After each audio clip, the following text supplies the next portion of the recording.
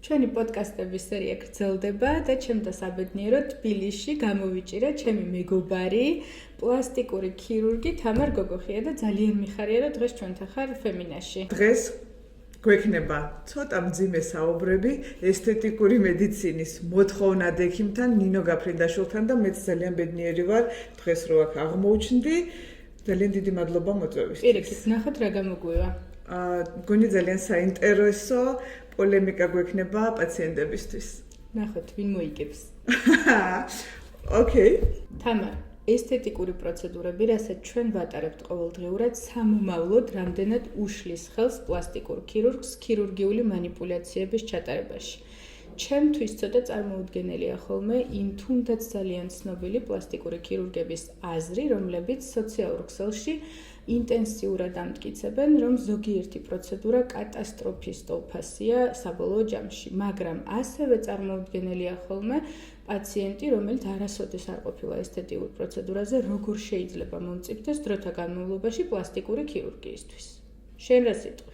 ეს არის რითი გიშლით ხელს? ეს არის ძალიან აქტუალური შეკითხვა, ან პაციენტები ძალიან ხშირად განან ამ საკითხის წინაშე და ჩემი პოზიცია არის ცალსახა. იმიტომ რომ მეც კარგად ვერ ყვევი კოსმეტოლოგიაში, ასევე კარგად ვერ ყვევი ქირურგიაში და განსაკუთრებით სახე არის ჩემი ერთ-ერთი ნიშა. მინდა ვთქვა, რომ შეიძლება კოსმეტოლოგიურმა პროცედურებმა ანამნეზში შემდგომში ტექნიკურად გაართულოს ქირურგიული ოპერაციის ჩატარება. თუმცა, იგივე ჩემს მაგალითზე ვერ ვიტყვი, რომ როგორ შეიძლება მე თუ 10 წლის შემდეგ გეგმავ სახის ლიფტინგს ან რამე ანტი-ეიჯ ქირურგიულ ჩარევას 10 წლის განმავლობაში რას მთავაზობთ, არაფერი არ გავიკეთო და ის სკულპტურა, რომელიც ნინომ გამიკეთა, იყო არაფერი? ამიტომ არა, მე ან ასეთი პაციენტებიც მყოლია კონსულტაციაზე, რომლებიც ფიქრობენ, რომ ჯერჯერობით არ სჭირდებათ კოსმეტოლოგია, არ უყვართ ეს სისტემატიურად სიარული კოსმეტოლოგებთან, კონსერვატიული პროცედურების ჩატარება და ურჩევნიათ, როცა აი 45-ის რო გავხდები ან 50-ის რო გავხდები, მე მივალ ქირურგთან. და ეს ცოტა უკვე მე როგორც ქირურგს მძაბავს, იმიტომ რომ გამოდის რომ კანის ელასტიურობა მჭირდება, კანის ხარისხი მოუმზადებელია პაციენტი. როგორც ფიზიკურად, ასევე ემოციურად. რა თქმა უნდა და ეს კიდევ გამორიცხავს იმ მომენტს, რომ გამოდის რომ ეს პაციენტი ოპერაციის მერეც არ მიდის კოსმეტოლოგთან. არა და ეს ჩვენ ძალიან ურთიერთჩამანაცვლებელი მიმართულება არ ვართ მედიცინის. ჩვენ ვართ ურთიერთშემავსებელი მიმართულება მედიცინის, ამიტომ ქირურგია კოსმეტოლოგიის გარეშე ან კოსმეტოლოგია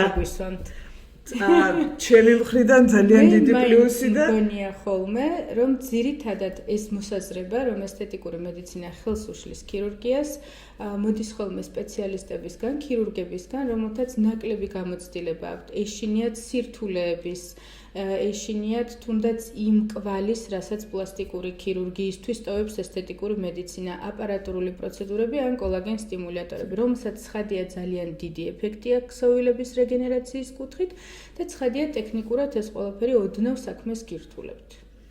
გამოცდილი კადრისთვის მგონია, რომ ეს ყველაფერი დაძლევადია.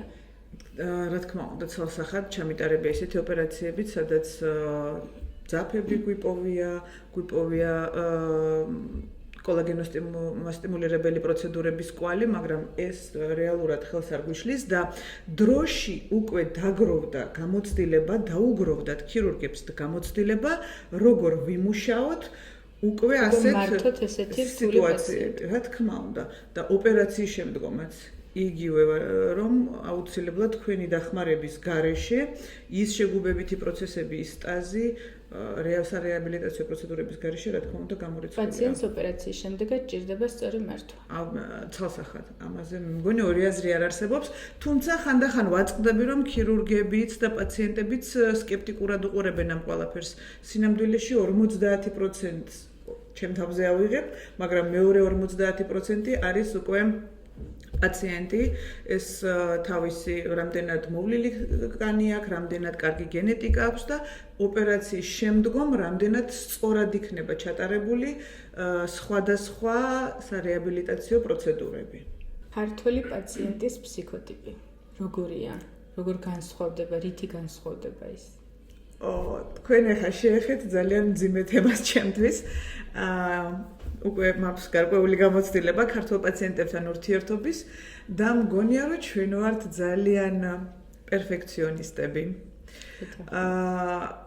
ცოტა ნაკლებად ვითვალისწინებთ იმას, რომ ნებისმიერი ოპერაცია, ისევე როგორც ზოგად ქირურგიული, ასევე პლასტიკური ოპერაციაც არის ოპერაცია და შეიძლება იყოს გართულებები, ხო, რისკებთან არის დაკავშირებული. აუცილებლად ჩვენ ვმუშაობთ ძალიან უხეშად უნდა ვთქვა ახლა, ჩვენ ვმუშაობთ დამკვეთის მატერიალზე, ამიტომ მე კი ერთი ვარ და თამარ გოგოხია აკეთებს ერთი და იგივე, კარგად კერავს იქაც და იქაც, მაგრამ დამკვეთის მატერიალი როგორ უპასუხებს ამას, ვის როგორი კანი აქვს, ვის როგორ ჩამოყალიბდება ნაწიბური. მე შემხვედრია პლასტიკური ქირურგიის შემდეგ პაციენტი, რომელსაც რატომღაც ეგონა, რომ ნაწიბური არ ექნებოდა. ეს ცალკე ილუზია არის კიდე და ეს უეჭველი უნდა დავამსხვრიოთ, იმიტომ რომ ძალიან ხშირად პაციენტის მე საერთოდ არ ჩანს ხო ეს ნაწიბური. როგორ შეიძლება ის რაც გაიკვეთა და შემდეგ გაიკერა საერთოდ არ გამოჩნდეს, იქნება ნაკლებად შესამჩნევი. აუცილებლად ვცდილობთ ისეთ ადგილებში იყოს ის ნაწიბურები, რომელიც დამალვადია, რა თქმა უნდა, ამიტომ არასოდეს არ გამოჩნდება და უკვალოდ გაქრება, მსგავსი ფენომენი არ არსებობს. ხო, მე ამ ტექნიკას არ ვფლობ, სადაც ხშირად სხვათა შორის ქირურგებიც ცოდავენ მანდ აქტიურად, რომლებიც აკეთებენ ესეთ პროპაგანდას, რომ უსისხლო, უნაკერო და მკივნეულო რეაბილიტაციის არ მქონე. ხო, ეგ ერთი ქირურგი ვიცი, რომელსაც 3 U თუ 5 U აქვს. უნაკერო, უსისხლო, მკივნეულო ოპერაცია. იცი რას მოგონებს? დესერტი უშაქრო, უფქვილო. ეს 3 U დესერტი. იქნება და დავფიქრდეთ და რამე ესეთი U გავაკეთოთ ჩვენს. შენი აზრით, რომელი ქირურგიული ჩარევა ახალგაზრდავებს ყველაზე მეტად პაციენტს? ჩემი საყვარელი ენდოსკოპიური ლიფტინგის სახის ზედა და შუა მესამედის, ეს არის ტოპი. ჩემთვის ყველაზე შთამბეჭდავია ხოლმე ზედაქვედა ბლეფაროპლასტიკა. ზედაქვედა ბლეფაროპლასტიკა თუ არის მხოლოდ ზედაქვედა ბლეფაროპლასტიკის ჩვენება, მაგრამ ძალიან ხშირად გრავიტასკოპიას, გრავიტაციისგან. გეთანხმები. სხვათა შორის ხშირად ეზარებათ ხოლმე საქართველოში ქირურგებს ენდოსკოპიური ლიფტინგის პარალელურად შეთავაზება ზედაქვედა ბლეფაროპლასტიკის დროს, რაც მგონია, რომ არასწორია. მე მგონია, რომ ეს სიზარმაცესთან არ არის დაკავშირებული. დიდი მოგრძალებით ვიტყვი ამას. გავიგე. ახლა ჩემი რიგი არის, რომელი კოსმეტოლოგიური პროცედურა არ გიყვარს ყველაზე მეტად და თვლი, რომ ნაკლებად ეფექტურია, გულწრფელად.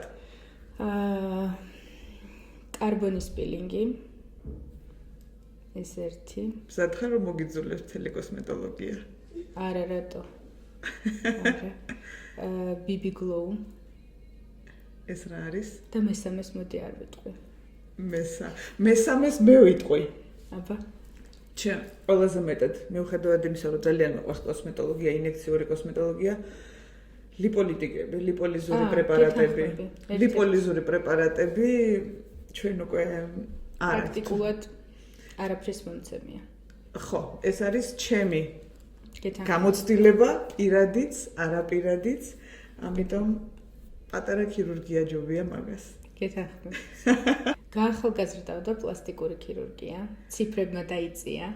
ციფრებმა დაიწია, ოღონდ მგონია იმის ხარჯზე, რომ ინფორმირებულობის დონე მაიწია და პაციენტები მიხვდნენ, რომ არსებობს манипуляციები, ქირურგიული ჩარევები, რომელიც მათ მოაშორებს იმ პრობლემებს, იმ კომპლექსებს, რომლებსაც წლების განმავლობაში ატარებენ. და ეს აბსოლუტურად არ არის დაკავშირებული ასაკთან. თუ არის ჩვენება ოპერაციის და კონსტიტუციურ მორფოტიპთან, ზოგიერთ ასაკში უფრო სწრაფად ხდება ამის საჭიროება. როგორ ხდება ეს კოსმეტოლოგიაში? მე მყოლია პაციენტები, რომ მე ბოტოქსი არასოდეს. აი პაციენტის არჩევანია, მე ზოგადად ყოველთვის პატივს ვცემ მათ არჩევანს. საბედნიეროდ პლასტიკური ქირურგია და ესთეტიკური მედიცინა ეს არის მედიცინის ის მიმართულება, რომელიც არ მოითხოვს აუცილებლობას манипуляციისას. ანუ ადამიანი ამ ორი მიმართულების გარეშეც იცხოვრებს. თუმცა როდესაც დგება საკითხი რა ასაკში უნდა დაიწყოს პაციენტმა პროცედურებზე სიარული, ასაკს საერთოდ არ აქვს გადამწყვეტი მნიშვნელობა ჩვენთვისაც. მთავარი არის გენეტიკური ფაქტორები, როგორ ბერდება პაციენტი, როგორია მისი კონსტიტუციური მორფოტიპი, ანუ ის ასაკობრივი ცვლილებები გენეტიკიდან გამომდინარე, როდის ჩნდება პირველად, როდის შეაწუხებს ის პაციენტს. ამიტომ ეს შეიძლება იყოს 18 წელი, შესაძლოა იყოს 30 წელი, ამიტომ დიაპაზონი დაწყების ძალიან ფართეა. ისევე როგორც თქვენთან. და დასრულების, ანუ გულისხმობ, როცა უკვე მოდიან ქირურგიული ჩარევის ჩვენებით და იწყებენ მხოლოდ კოსმეტოლოგიას. აი როგორ აკეთებთ აი სადღაც თავდება ქირურგია და იწყება კოსმეტოლოგია ან პირიქით? ბატონო. ხშირად არის ეს, როდესაც პაციენტს ჭირდება ესთეტიკური მედიცინა არ მოდის, როდესაც ჭირდება პლასტიკური ქირურგია მოდის ჩვენთან. ანუ ერთი ნაბიჯით უკან ვართ ხოლმე ძალიან ხშირად. პირველი შეკითხვა, რასაც პაციენტს ვუსვამ, რომელსაც ხვდები, რომ ესთეტიკური მედიცინა ნაკლებად დაეხმარება და სამედიცინო მკაფიოდ განსაზღვრული ჩვენება აქვს ქირურგიის, ვეკითხები. არის თუ არა მზად და როდესმე ჩაიტარებდა თუ არა ქირურგიულ ჩარევას. ან ემოციურად, ფინანსურად, შინაგანად უფიქრია თუ არა ამ ყველაფერზე. თუ პაციენტი კატეგორიულია ნებისმიერ ასაკში, ვუხსნი, რომ შედეგი, რაც ჩვენ შეგვიძლია მას შევთავაზოთ, იქნება მინიმალური. რაღაცა კონკრეტულ ზღვარს და შედეგს ვერ გავწდებით, ვინაიდან მას აქვს ჩვენება ქირურგიის. ამიტომ მთავარია გაიაზროს სწორად, თუ მაინც კატეგორიულ უარზეა ქირურგიისთვის და არ უნდა თქვენთან, ამ შემთხვევაში საკმაოდ დამზოგველად იმისთვის, რომ რისკების მინიმიზაცია მოხდეს, ცხადია გარკვეულ პროცედურებზე ჩვენ თანხმდებით, მაგრამ მთავარი არის ის, რომ პაციენტმა უნდა გააცნობიეროს, რა ეფექტის მიღება შეიძლება ესთეტიკური დამზოგველი პროცედურებით და რამხელა მასშტაბი და როგორი შესანიშნავი შეიძლება იყოს ქირურგიული შედეგი. ეს არის და ეს. ხო, აი ეს ძალიან მნიშვნელოვანია ქირურგიაშიც, რომ პაციენტს ჰქონდეს სწორი მოლოდინები ოპერაციისგან, როცა და ხშირად ესეთ ფორმულირებას ვაკეთებ ხოლმე, რომ მე თქვენ გაგათავისუფლებთ ჭარბი რაოდენობა ქსოვილებისგან, კანი დაჭიმული, ატონიური, ეს ეხება როგორც სახეს, ასევე სხეულს, როცა არის სტრიები, ან ფტოზი არის დიდი, მაგრამ ოპერაციის შემდგომ ეს კანი რამდენად იფრწყინებს, იქნება ელასტიური, გლუვი და ასე შემდეგ, ეს უკვე არის კოსმეტოლოგიის. კანის ხარისხი არის თქვენი ამოცანა. ჩვენ ამაზე ვზრუნავთ. ეხლა გამოვიყენებ იმ შემთხვევასაც, რომ ნინო არის ოფთალმოლოგი, ოფთალმოქირურგი, კარგი ანამნეზით და საკმაოდ დიდი დრო დაყავი ოფთალმოლოგიაში. 7 წელი. დიახ. ამას გამოვიყენებ და ეს იქნება ძალიან ინფორმატიული არა მარტო ჩემი პაციენტებისთვის, საერთოდ ქართველი პაციენტისთვის. ერთი, როცა ვაკეთებ ზედა და ქვედა ბლეფაროპლასტიკას, პაციენტებს ხშირად ვეუბნები, რომ ზედა ბლეფაროპლასტიკის დროს შემიძლია თავისუფლება მივცეთ ცოტა ჰიპერკორექციის. კანი ადვილად იჯიმება. ქვედა ბლეფაროპლასტიკის დროს პირიქით ვაკეთებ ჰიპოკორექციას, რომ დამოკიდებულება ფერადი გარსის და წამწამოვანი კიდის არ შეიცვალოს, რომ ექტროპიონი, ეს ჩამობრუნება ან მრგვალი თევზის თვალები რო არ ქონდეს. და ამ დროს ვეუბნები ხოლმე, რომ 100%-ით კი არ ავიღებ განს. ავიღებ 80-90 და ეს დარჩენილი 10-20% მოაგვარეთ კოსმეტოლოგებთან. რა პროცედურები არის ისეთი აპარატურული ინექციური, რომელიც შეიძლება თვალის ირგვლივ დიდ შეშუპებას არ მომცემს, ელასტიურობას კანის გამიუმჯობესებს, წყალს არ მიიზიდავს და ეს სავსე მთვარეობა რო არ იყოს. კი ბატონო. ბევრია, რითიც შეგვიძლია რომ მართოთ პოსტოპერაციული პაციენტი. ერთი ეს არის ინექციური პროცედურები, ოღონდ ბიორეპარანტები, რომელსაც ნაკლები აქვს ჰიალურონმშრალ შემცველობა, დაბალმოლეკულური ჰიალურონი შედის და ძირითადად აქცენტი ხდება ამინომჟავებით თერაპიაზე ან პოლინუკლეოტიდებზე, რასაც რეგენერაციული თვისება გააჩნია, რომ მალე აღდგეს ქსოვილები ქირურგიის შემდეგ რეაბილიტაციის პროცესში. მეორე ეს არის აპარატურული პროცედურების მთელი არსენალი, ეს არის რადიოსიხშირული ტალღა, RF ლიფტინგი, რომელსაც შეუძლია კარგი ლიმფოდრენაჟი მოგცეს, მექანიკური მასაჟი, მიკროროლერებით მაგალითად და რაც ყველაზე მნიშვნელოვანია, კანის ხარისხის და სტრუქტურის გაუმჯობესება, რასაც ქირურგია ვერ უზრუნველყოფს და ეს უკვე ესთეტიკური მედიცინა. ეს არის პროცედურები ლაზერული, თუნდაც აბლაცია, თუნდაც ფრაქსელი, თუნდაც ცივი პლაზმა, თუნდაც ფოტონა მაგალითად, რასაც შეუძლია რომ სხვადასხვა მაღალტექნოლოგიური დანადგარებით გააუმჯობესოს ქსოვილების სტრუქტურა და ხარისხი. საბოლოო ჯამში ეს თქვენი და ჩვენი სამუშაო იძლევა 100%-იან ყველაზე კარგ ეფექტს. ცალსახად გეთანხმებით მაგაში. ტანზე პლასტიკური მასშტაბური ქირურგიული ჩარევების შემდეგ მთავრდება თუ არა პაციენტის ისტორია. თუ სადღაც გრძელდება ისე. ეგ ძალიან კარგი შეკითხვა არის, იმიტომ რომ ძალიან ხშირად როცა პაციენტები მოდიან კონსულტაციაზე, სადაც ჩვენ გეგმავთ ან აბდომინოპლასტიკას, ან 360 გრადუსი ლიპომოდელირებას, როგორც წესი, ოპერაციამდეც კი მე ვაგზავნი ლიმფოდრენაჟულ პროცედურებზე, იმიტომ რომ აპარატურული ძირითადად რაც არის, იმიტომ რომ პაციენტი, რომელსაც აქვს დამჯდარი ცხოვრების წესი, ესეთი სამსახური აქვს, პაციენტი, რომელიც ნაკლებად აქტიურია, ლიმფოსტაზი ვისაც აქვს. რა თქმა უნდა, ჭეშმარიტი სურათი რომ დავინახო, მე ოპერაციამდეც კი მჭირდება კარგი აღდგენა ლიმფოდრენაჟის. ოპერაციის შემდგომ არაუადრეს 3-4 კვირისა შეიძლება და არათუ შეიძლება დაჟინებითი რეკომენდაცია არის ჩემი მხრიდან, რომ აუცილებლად გაიკეთონ სხვადასხვა ლიმფოდრენაჟული პროცედურები მთელ სხეულზე, რომ განდევნოთ კარგად ეს შეშუპებები, თანაბრად პროცესები, თანაბარი დაჭიმვა არ მოხდეს ნაკერის, ძალიან მნიშვნელოვანია ესთეტიური კუთხით.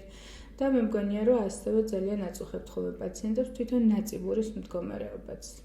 აი ნაწიბურის მდგომარეობისთვისაც ვიცი, რომ ძალიან კარგი მეთოდი არის პლაზმო და ბოტულინოთერაპია, როგორც კომბინაციაში, ხო, განმუხტავი. ნაწიბურზე პრაქტიკულად შეიძლება ყველაფრით კონდეს გავლენა, მათ შორის ბოტულინოტოქსინით, აპარატურული მეთოდებით, მექანიკური ზემოქმედებით, მიკრონიდლინგით, სხვადასხვა ტიპის შრატებით, ფოტოგაახალგაზრდებელი ინფრაწითელი გამოსხივებით, ლაზერული ტექნოლოგიებით. ნებისმიერ, ასე ვთქვათ, რეგენერაციულ პროცესზე საბოლოო ჯამში ნაწიბური კარგ საპასუხო რეაქციას გვთავაზობს. აი მაგაზე მაშინ უფრო ჩავღრმავდები. IPL-ი ფოტოთერაპია, როგორც წესი, კარგად მუშაობს ფერზე, ხო, ანუ თუ ეს არ არის აბლაციური, კანის თლიანობა არა აბლაციურია, შესაბამისად, სადღაც 1 თვის თვენახევრის შემდეგ უკვე შეიძლება ამ პროცედურის დაწყება.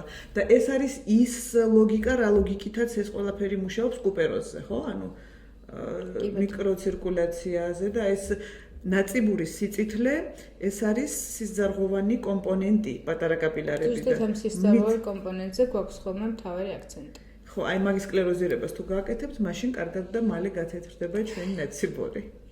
რომელ პლასტიკურ ოპერაციებს იტარებენ ყველაზე ხშირად ქართველი პაციენტები?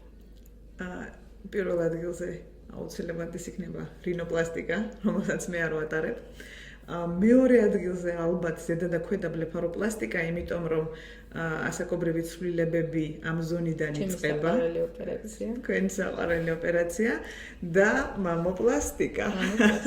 და გადიდება დაპატარავება, აწევა, სპექტრი არის ძალიან ფართო, ამიტომ ძალიან აქტუალური გახდა ეს ოპერაცია ამ ბოლო დროს. მეც. რომელი პლასტიკური ოპერაციები არ გიყვარს ყველაზე მეტად? ეს არის საჯდომის გადიდება იმპლანტებით, გლუტეოპლასტიკა, კრუროპლასტიკა. ეს არის იმპლანტები წვიში და ზედაპირზე რომ ლარივით ფეხები გქონდეთ და წელის დაწვრილების ოპერაცია ნეკნებთან როცა ხდება მუშაობა. ეს ბარბის ტრენდები. ხო, ეს ბარბის ტრენდები, კი ბატონო. ტრენდებს შევეხეთ. რა არის ტრენდული? რა ტრენდები აღარ არის აქტუალური. ზოგადად სოციალური მედია საკმაოდ დიდ გავლენას ახდენს პაციენტებზე, ცნობილი ადამიანები, რომელიც გარკვეულ პროცედურებს ან ოპერაციებს იტარებენ ხოლმე, უდიდესი გავლენით გამოირჩევიან, განსაკუთრებით ახალგაზრდა თაობის პაციენტებზე. ძალიან მნიშვნელოვანია ეს თემა, მაგრამ მე როგორც არატრენდული ქირურგი, იმიტომ რომ არ ვთვლი საჭიროდ მივდიოთ ტრენდებს და ინდივიდუალურობის შენარჩუნება ძალიან მნიშვნელოვანია. ერთ-ერთი ალბათ მსოფლიოში ტრენდული დიდი საჯდომი. მე მგონი უკვე დაიწია ამ ტრენდმა, მაგრამ დიდი აქტიური მონაწილე არ ყოფილვარ ამ ტრენდის შექმნის. კარდაშიანის ტრენდი. მეორე ალბათ ჰადის ტრენდი. ხო, ძალიან აწეული წარბები და ძალიან გადაჭიმული სახე. წინვალებამდე. სხვათა შორის ყველაზე საინტერესო ის არის, რომ ჰოლივუდის წარმომადგენლების უმეტესობა მიმართავს პლასტიკურ ქირურგიას და სოციალურ ქსელში საბოლოო ჯამში ამბობენ, რომ მსგავს ეფექტს მიაღწიეს ესთეტიკური მედიცინის დახმარებით, ფილერით ან ბოტულინოთერაპიით და ეს კიდევ უფრო ართულებს საქმეს პაციენტებთან კომუნიკაციის დროს, იმიტომ რომ მათ სჯერათ, რომ შესაძლებელია ქირურგიული ჩარევის გარეშე წარბის ელევაცია, ანუ ლიფტინგი მოხდეს 3-4-5 მილიმეტრით, რაც სრულიად წარმოუდგენელია. ან ბოტულინოთერაპიით, ხო, ძალიან ხშირად. არა, მე არ მინდა. სრულიად წარმოუდგენელია. ენდოსკოპია არ მინდა, ეს ბოტოქსით ამიწევენ და, ოკეი. თქვენ ატარებთ ასეთი მაღალი დონის ჩარევებს, რომ ბოტულინოთერაპიით წარბი აწიოთ, რა ვიცი, სადამდე. ვერა, ხო?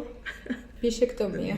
ხო, ყველაზე მნიშვნელოვანი ბიშექტომია, რომელიც კეთდებოდა ყველგან საოპერაციოში, არასაოპერაციოში, ყოველი მეორე პაციენტი ითხოვდა ბიშას ბალიშების მოშორებას. ახლა უკვე, რა თქმა უნდა, თუ არის ჩვენება და რეზულტატი სრულყოფისთვის გვჭირდება ამას ჩავატარებთ, მაგრამ ისეთი ტრენდული აღარ არის საბედნიეროდ. კარგი. კიდევ კარგი. ბიშექტომიის პაციენტები საბოლოო ჯამში ისევ თქვენთან მოვლენ 10 წლის მერე, ეს მგონია. ლიპოფილინგისთვის. ამ დროს სხვათა შორის ბიშექტომიასაც აქვს თავისი ჩვენება და მე არ ვარ მომხრე ესეთი რადიკალური განცხადებების, რომ კატეგორიულად არასოდეს არ გავაკეთებ ამ ოპერაციას და ეს რა ვიცი, ისევე როგორც ჩამიტარებია ბიშექტომიები, როცა ყოფილა კომპლექსურად, რა თქმა უნდა, და როცა არის ამ ოპერაციის ჩვენება, როცა პაციენტს უნდა უფრო გამოკვეთილი ყვრიმალის ზონა, მაგრამ როცა არის ასთენიური ტიპით, აქვს თხელი კანი, არ აქვს რეალურად ჭარბი რაოდენობა რბილი ქსოვილების სახეზე, რა თქმა უნდა, იქ ბიშას ბალიშების მოშორება კატეგორიულად არ შეიძლება. ყველაზე პრობლემური ზონა ქირურგიისთვის. და სადაც აუცილებლად თქვენი დახმარება მჭირდება, ეს არის ყელი. ჩვენთვისაც ძალიან რთულია ყელი. იმიტომ რომ სახის ლიფტინგს როცა ვაკეთებთ, full face-ი როცა არის, როცა საკმაოდ ფართოდ ხდება ქირურგიული ჩარევა, მაგრამ გაგიკვირდება და ლავიწამდე აშრევება ნამდვილად არ ხდება და ძალიან ხშირად აქვთ მოლოდინი, რომ ეს ყველაფერი ზევით აიწევა კარგად. რა თქმა უნდა, ესე ვერ ხდება ეს.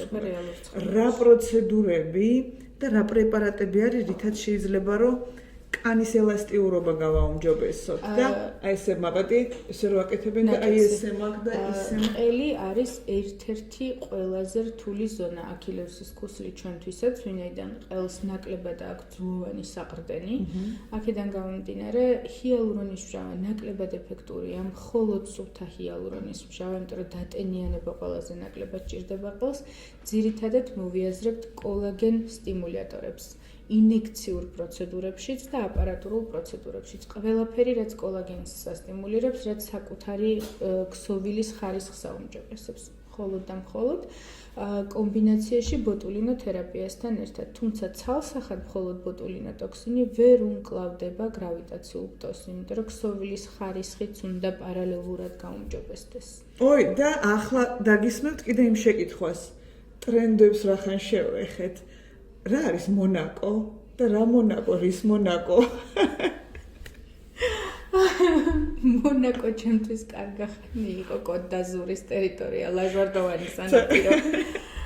მონაკო არის ერთ-ერთი ყველაზე არასწორი მიქსი პრეპარატები, სადაც გაერთიანებულია ბოტულინოტოქსინთან ერთად ბიორევიტალიზაციის და ბიორეპარაციის პრეპარატები, რომელიც კი ეფექტურია მხოლოდ ხანმოკლე დროით, მაგრამ რისკები იმდენად მაღალია საბოლოო ჯამში ასიმეტრიის, რომ ალბათ არ ღირს მისი გამოყენება.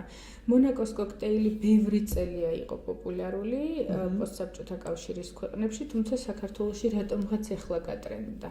მონაკო. ესე იგი, ნინო გაფრინდაშვილი მხარს არ უჭერს მონაკოს. არა, ბევრი გართულება მინახავს. ერთი მნიშვნელოვანი შეკითხვა, რახან მე ვთქვი, რომ გამაახალგაზრდავებელი ოპერაციები, ანტი-ეიჯი სახის ოპერაციები ჩემთვის ერთ-ერთი მნიშვნელოვანი ნიშა არის და ხშირად ასაკთან ერთად დამეთანხმები, რომ როცა მენოპაუზის შემდგომ განლევა ხდება ძვლოვანი ქსოვილების, როცა თანკბილვა იცვლება, როცა ატროფია მიდის ტუჩების და ეს ყველაფერი შიგნით ბრუნდება და ამ დროს პაციენტი ითხოვს ხოლმე, რომ ლიპოფილინგი გავუკეთოთ პერიორალური ზონის. თუმცა მე არ ვარ მომხრე, იმიტომ რომ დიდი შედეგი მანდ ვერ დავინახე. კი ვიცი, რომ ნინო გაფრინდაშვილი ნატურალურ და კარგ ტუჩებს აკეთებს და ისე რომ შესამჩნევი არ იყოს. ანუ რა პრეპარატებით აკეთებთ და აი იმ ქალებისთვის მინდა კომენტარი, ვისაც ეშინია, რომ ვაიმე, დიდი ტუჩები არ გამიკეთოთ, რომ არ შემემჩნეს და ასე შემდეგ. ეს არის აი რომელია გამაახალგაზრდავებელი და არა ესეთი სკინ ბუსტერი. თუ ერთი უნდა დავასახელო, სკინ ბუსტერი იდეალურია, როგორც ტუჩის ქსოვილის გასაახალგაზრდავებლად, ფერის შესანარჩუნებლად, ოდნავი მოცულობის აღსანიშნავად. მოცულობის აღდგენისთვის ოდნავ და სტრუქტურის გაუმჯობესებისთვის. ასევე სკინ ბუსტერი იდეალურია პირის ირგვლივი ზონისთვის. აი ეგ უნდა მესვა შტრიხ-კოდებს რასაც ეძახიან და ქირურგიულად აქ ესე ვერ დავჭიმავთ. რა პროცედურები? ბოტულინოთერაპიასთან ერთად სკინ ბუსტერი. არტიკულაცია არ ირღვევა ბოტულინოთერაპიას? მინიმალურად, ამიტომ გვჭირდება კომბინაცია. ბოტულინოტოქსინს ამ კომბინაციაში მინიმალური როლი უჭირავს, თუნდაც არტიკულაციის შენარჩუნების თვალსაზრისით. ეს არის ჭეშმარიტი ინფორმაცია, იმიტომ რომ როგორ წარმოგიდგენიათ ქირურგიულად ისე დავჭიმოთ სახე. გამორიცხულია. რომ პირის კუთხეები აქამდე გავა. ხო, ეს ძალიან ისეთი ზონები არის ნამდვილად. წეველებში უფრო აქტუალური. წეველებში, ორატორებში, ხო, პედაგოგებში, მომღერლებში და ვინც სასულე საკრავებზე უკრავს. ხო. აი, მაქს სფეროსთან არ მქონია ესეთი შეხება პაციენტის სტატუსით. კი. იდეალური ასაკი პლასტიკური ქირურგიისთვის. ეს არის პირველ რიგში აუცილებლად უნდა იყოს ჩვენება ოპერაციის, ასაკობრივი შეზღუდვა აქ რა თქმა უნდა არ არის და ერთ-ერთი მნიშვნელოვანი კომპონენტი, როცა ხშირად პაციენტები ფიქრობენ, რომ აი 10 წლის მერე გავიკეთებ, 5 წლის მერე, არა. მენოპაუზის დადგომამდე, როცა ჰორმონები ნორმაშია, კანის ელასტიურობა სხვა არის, რეგენერაციის და აღდგენითი პროცესები ბევრად უფრო კარგად მიდის, რა თქმა უნდა, ეს არის იდეალური პერიოდი ქირურგიული ჩარევებისთვის. ლიპოფილინგი თუ ფილერი? ახლა იქნება სერიოზული. გადაიკარით ღვედები. ესე იგი, გააჩნია ზონას და ძალიან ხშირად მქონია ესეთი შემთხვევები, როცა არის ძალიან გამხდარი პაციენტი. დონორის ზონა არ არის, არ საიდან არ შემიძლია ცხიმის აღება. ამ დროს, რა თქმა უნდა, ფილერები, შემავსებლები. არის ასევე შემთხვევები, როცა და მე ვთვლი, რომ პრიორიტეტი უნდა მივანიჭოთ აუცილებლად ფილერებს. მქონია ესეთი კლინიკური შემთხვევა, როცა გავაკეთე ნიკაპის პროექციის გაზრდა მინდოდა პაციენტისთვის, გავაკეთეთ ლიპოფილინგი ერთხელ, ორჯერ და ნაწილი ცხიმის გაიწოვება, ნაწილი რჩება. ამ შემთხვევაში მე მგონია, რომ ფილერი უფრო პროგნოზირებადია. ან იმპლანტი, 2-0. არ ვიცი რა ლოგიკით ითვლი. იმიტომ რომ ან თუმცა იმპლანტებზე რაღაცა თქვი, რომ 2-1 გახდეს. არა. იმპლანტებზე ასევე იყოფა აზრი, იმიტომ რომ იმპლანტებით ძვლის რეზორბცია შეიძლება გამოიწვიოს და ყველა ქირურგი არ არის მომხრე იმპლანტ ან პაციენტი იმპლანტით გაზარდოს პროექცია არც ყრიმალის ზონის, არც ნიკაპის და ასე შემდეგ. კუთხეებით. რამდენით 0? 2-1. საბოლოო ჯამში გამოვიდა, რომ სენდვიჩის პრინციპით მუშაობთ. ესთეტიკური მედიცინა, პლასტიკური ქირურგია, ესთეტიკური მედიცინა. ცალსახად. ამიტომ ჩვენ არა ვართ ურთიერთ გამომრიცხავი მიმართულებები, ჩვენ ვართ ურთიერთ შემავსებელი და ორი აზრი არ არსებობს, ვინ შეიძლება ამაზე შეგვიდაოს, რომ ან მხოლოდ ქირურგიით გახდება რამეს, ან მხოლოდ ესთეტიკური მედიცინით. გითანხმებ. მოვრიგდით.